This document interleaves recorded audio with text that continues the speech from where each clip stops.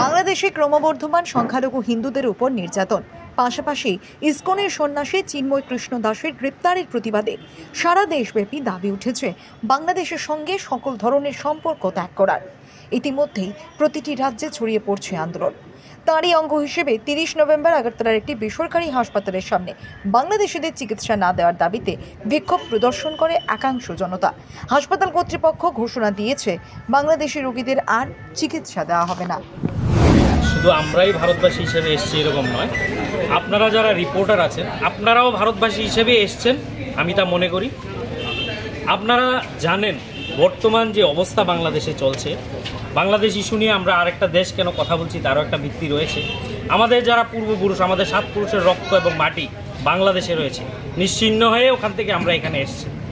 যাই এখনের যা পরিস্থিতি চলছে, সেই পরিস্থিতিতে আমরা বাংলাদেশ ইস্যু নিয়ে কোনো কথা বলছিলাম না। ওদের সরকার পরিবর্তন, ওদের দেশের ইস্যু।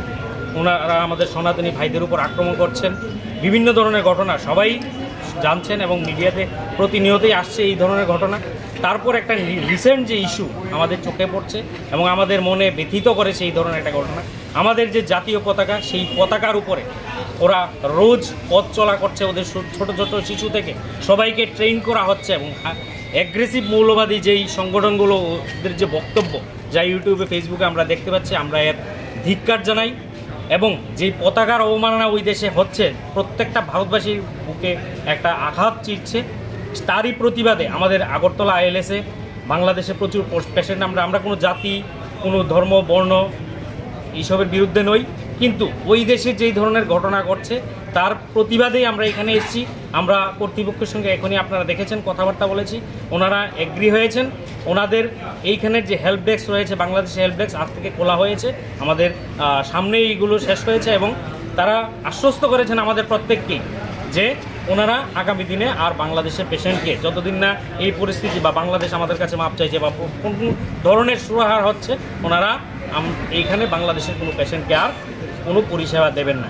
ওই দেশে আমাদের অবমাননা হচ্ছে, এই দেশে আমরা এদের পরিষেবা দেবো, এটা তো হতে পারে না, এটা কোনোভাবেই কাম্য নয়। এবং আমরা ভারতবাসী হিসেবে, আমরা আগরতলার বুক থেকে ভারতবাসী হিসেবে ভারতবর্ষের প্রতিটি নাগরিককে, প্রতিটি হাসপাতাল, প্রতিটি এডুকেশনাল ইনস্টিটিউশনকে আমরা অনুরোধ করছি, আপনাদের এইখানে যদি কোনো বাংলাদেশি থেকে থাকে বা বাংলাদেশিদের যদি আপনারা কোনো পরিষেবা দিয়ে থাকেন, অতি সত্বর এগুলো বন্ধ করুন। আমাদের পক্ষ থেকে এটা বিনম্র অনুরোধ রইল। ILS-এর মতো আজকে আমরা যেই ইনিশিয়েটিভ নিয়েছি, বিভিন্ন স্তরে যারা ভারতীয় রয়েছে, যাদের বুকের মধ্যে সে ভারতের রক্ত রয়েছে, যারা ভারতীয় বোধ রয়েছে, তারা আপনারা সামনে এগিয়ে আসুন এবং এইগুলোকে নিয়ে কথা বলুন। এদেরকে একদম ছাড় দেওয়া যাবে না। আগামী দিনে এইগুলো নিয়ে কথা বলবে, হয়তো ভারত সরকার এইসব ইস্যু নিয়ে কথা বলবে, কিন্তু আমাদের যতটুকু করণীয়, আমরা এইখান থেকে আখাউড়া বর্ডার পর্যন্ত যতটুকু যা করণীয় আমরা সবটা করব এবং আমরা আগামী দিনেও এই ধরনের আন্দোলনকে আরও তীব্র থেকে তীব্রতর করব।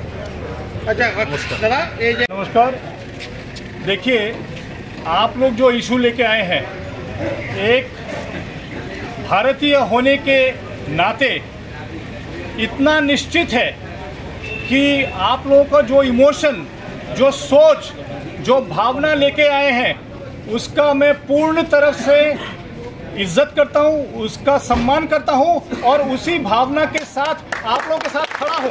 भारत माता की जय, भारत माता की जय श्री राम, जय श्री राम। तो इसी भावना के साथ न केवल मैं आपके साथ खड़ा हूं, आप लोगों के 2-4 जो लीडरशिप टीम आई है, उनकी भावनाओं के साथ खड़ा होके इसीलिए मैं नीचे आया हूं, आप लोगों को सांत्वना और आश्वासन देने के लिए कि जो आप समझते हैं उस देश के, उस प्रदेश के, बांग्लादेश के लोगों को अभी सर्व नहीं करना है, क्योंकि उन्होंने ना हमारा अपमान किया है, हमारे लोगों के साथ बहुत बुरा सलूक भी किया है। इसी भावना के साथ मैं आपको आश्वासन देता हूं कि हम उस देश के लोगों को कोई भी सर्विस नहीं दे रहे हैं और उनको सर्व नहीं कर रहे हैं।